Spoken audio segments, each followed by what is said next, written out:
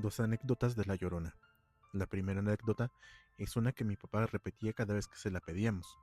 Según recuerda, era 1972. Él tenía 6 años y su hermano quizá 4. Vivían cerca de una presa, cuyo nombre ya no recuerda, en la colonia Puente Colorado, que apenas comenzaba a poblarse. Era un lugar oscuro, sin alumbrado, sin calles pavimentadas, sin agua potable.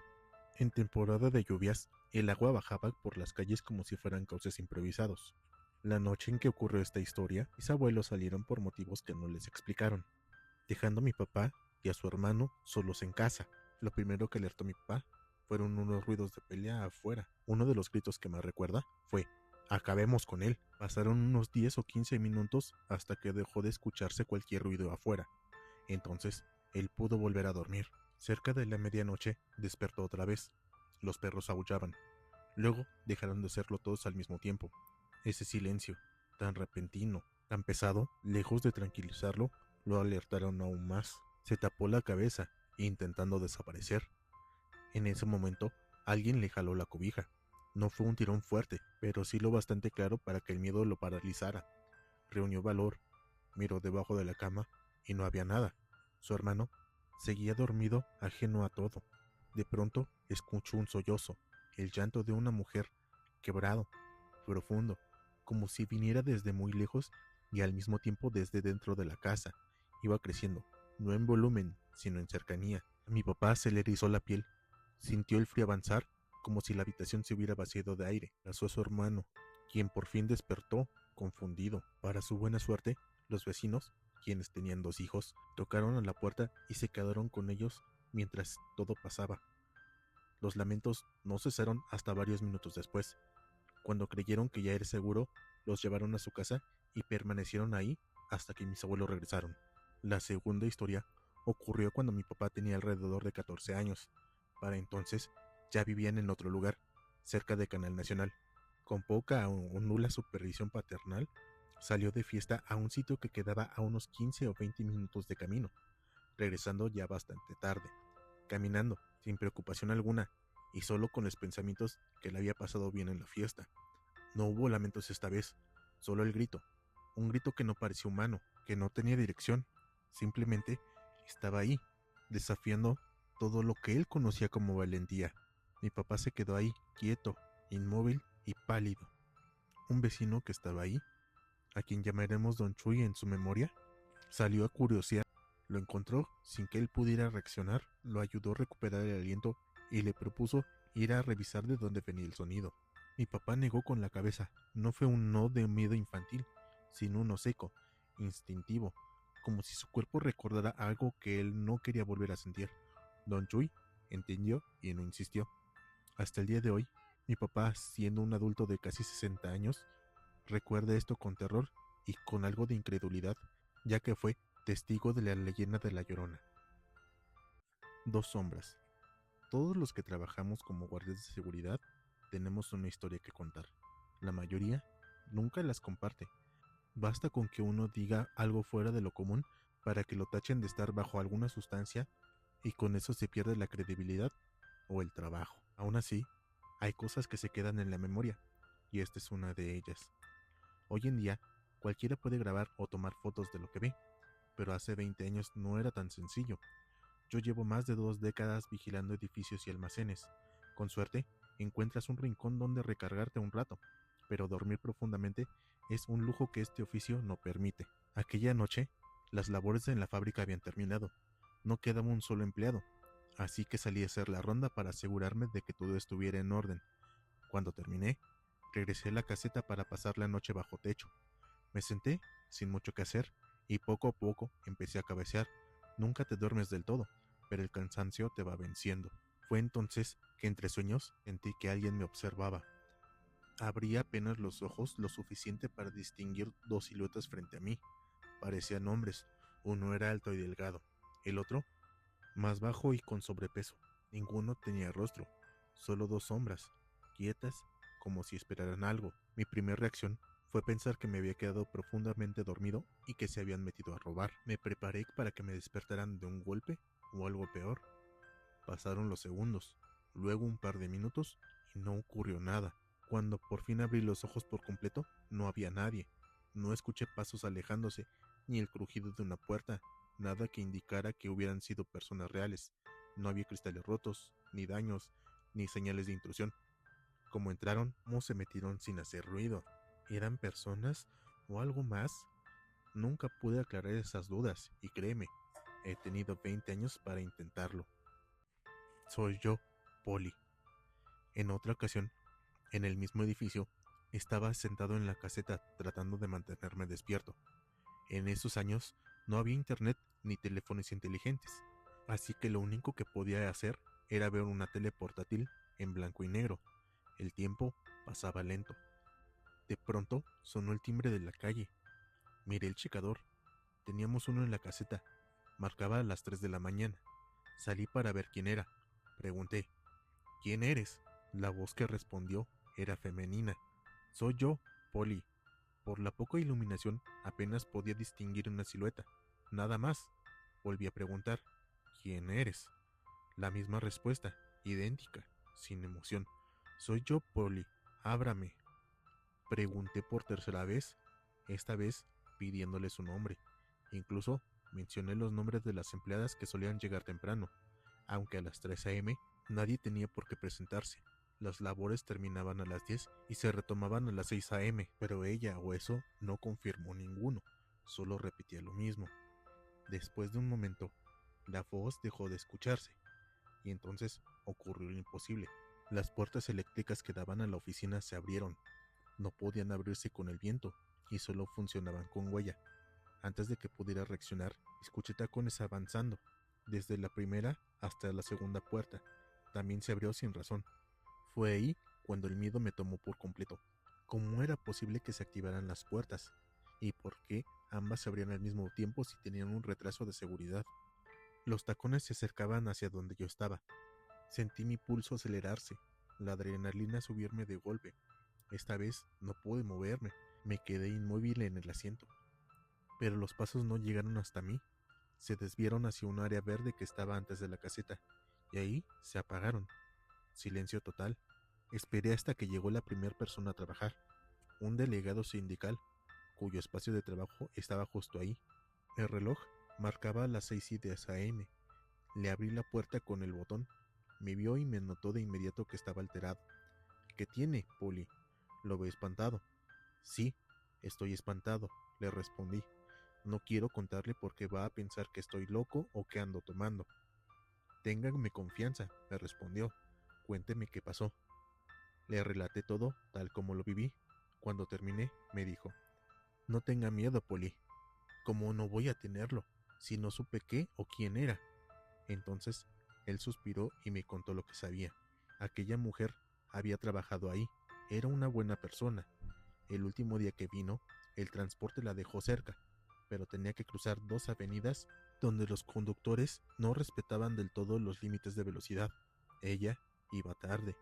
Cruzó la primera con prisa. En la segunda, un camión que venía a exceso de velocidad la atropelló y la lanzó varios metros. No tuvo oportunidad. Su fin fue instantáneo. El cuerpo quedó enfrente de la entrada de la empresa. Cuando terminó de hablar, solo agregó, la verdad, Polly, yo creo que ella no se ha dado cuenta de que ya no pertenece a esta realidad. Clínica pública. En una ocasión, trabajaba en una clínica pública. Formaba parte del equipo de intendencia, así que tenía acceso a áreas que normalmente están fuera del alcance de los pacientes. Ese día, una de mis hijas me contó que la hermana de su suegra estaba internada. El pronóstico era malo. Corrían rumores de que habían atentado contra ella. A pesar de los problemas que alguna vez tuve con ella, jamás le desearía un mal así. Entre las zonas que estaban a mi cargo estaba el área de vestidores del personal, donde comencé mis actividades. Frente a los vestidores había un baño. Cuando terminé ahí, crucé al comedor, que estaba del otro lado del pasillo. El lugar estaba solo. Yo seguía con mis labores diarias, cuando, de pronto, vi una silueta muy familiar para mí. La silueta salía del vestidor, una figura imponente y femenina, envuelta en un blanco que no era luz, sino presencia. La niña blanca. No sentí miedo. ¿Cómo supe que era ella? Porque soy creyente de su culto, uno que se profesa en México y desconozco si en otros lugares también. Para quienes la conocemos, su aparición no es amenaza, es aviso, es la compañía hacia el umbral. La silueta salió del vestidor y avanzó hacia otra área. Fue un instante muy breve, quizá un segundo, pero suficiente para reconocerla.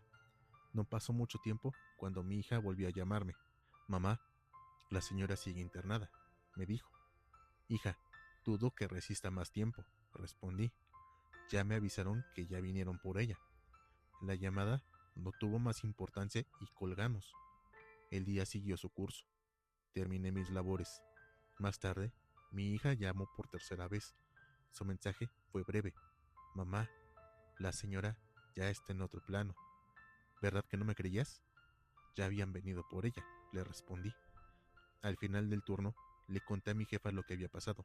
Solo la silueta, nada más. En cuanto escuchó la descripción, se puso pálida. Empezó a rezar, temblándole la voz. Yo no dije nada. No todos entienden. No todos quieren entender. Pero yo sí sé lo que vi y sé quién vino a buscarla. ¿Qué vamos a hacer? Unos años antes de la historia anterior, alrededor de 2011, empecé a sentir un dolor punzante en el abdomen. Aguanté un día entero, esperando a que se me pasara, pero no cedía. Fui al seguro y la respuesta fue inmediata. Apendicitis. Me operaron ese mismo día. Para la recuperación, decidí quedarme con mi entonces pareja. No vivíamos juntos, pero me abrió las puertas de su casa para que estuviera más tranquila mientras sanaba. Mi hija tenía que ir a la escuela y mi pareja a trabajar, así que pasaba varias horas sola. Estaba en la cama. Apenas 5 días después del alta, ese día, serían las 6 o las 7 de la tarde cuando todo ocurrió. Estaba acostada cuando lo sentí. Primero, un hundimiento en la cama, lento, pesado, como si alguien se sentara a los pies, con toda la intención de hacerse escuchar. Entonces, escuché un suspiro, profundo, fuerte, cansado y humano. Después, una voz masculina, nítida y cercana. ¿Qué vamos a hacer? No fue mi imaginación, no fue la tele. Era una voz real, con intención, con presencia. No me habló a mí, no me pidió nada. Solo lanzó la pregunta al aire. No sentí miedo, quizá porque estaba débil, quizá porque entendí que esa energía no venía a hacer daño. Solo estaba de paso. Con toda la calma que pude reunir, respondí. Pues ponernos fuertes. Nos estamos recuperando, entonces no hay ningún problema. La habitación se quedó en silencio. El peso desapareció. La cama volvió a su forma. No le conté nada a mi pareja ni a mi hija. No quería preocuparlos, y sabía que esa rutina de quedarme sola se repetiría por lo menos 20 días más.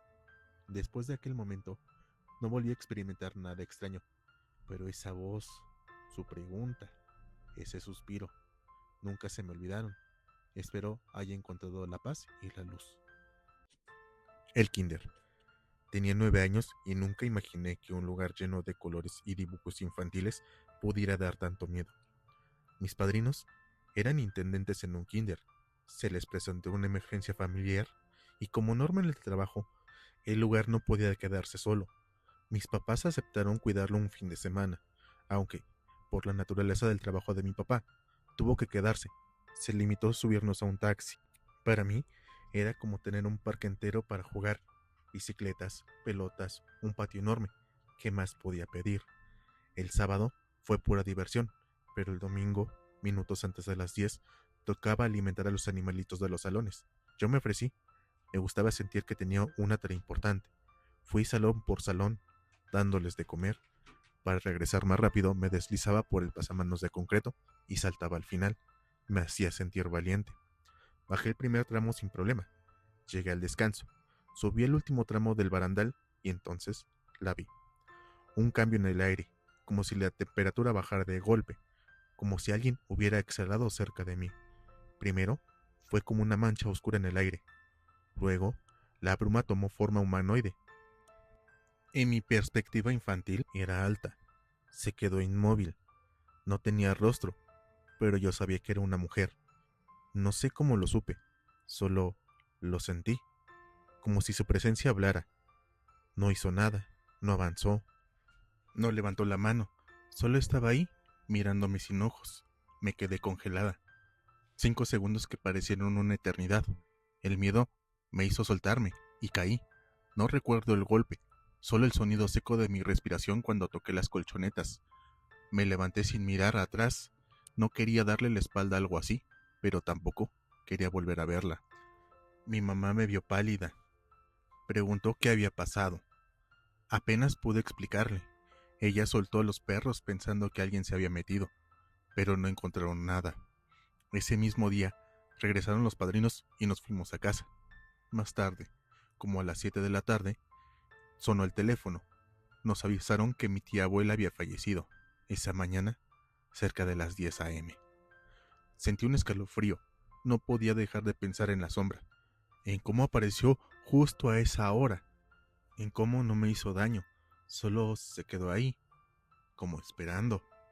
A veces, creo que aquella presencia no fue una amenaza, que no vino a espantarme, que vino a buscarme porque yo era la única que podía verla, la única que podía percibirla. Creo que no fue una coincidencia, solo vino a despedirse. Hola, espero estén muy bien. ¿Les gustaría que contara su historia? Me pueden enviar un correo a contacto relatosalaluna@gmail.com. Muchísimas gracias.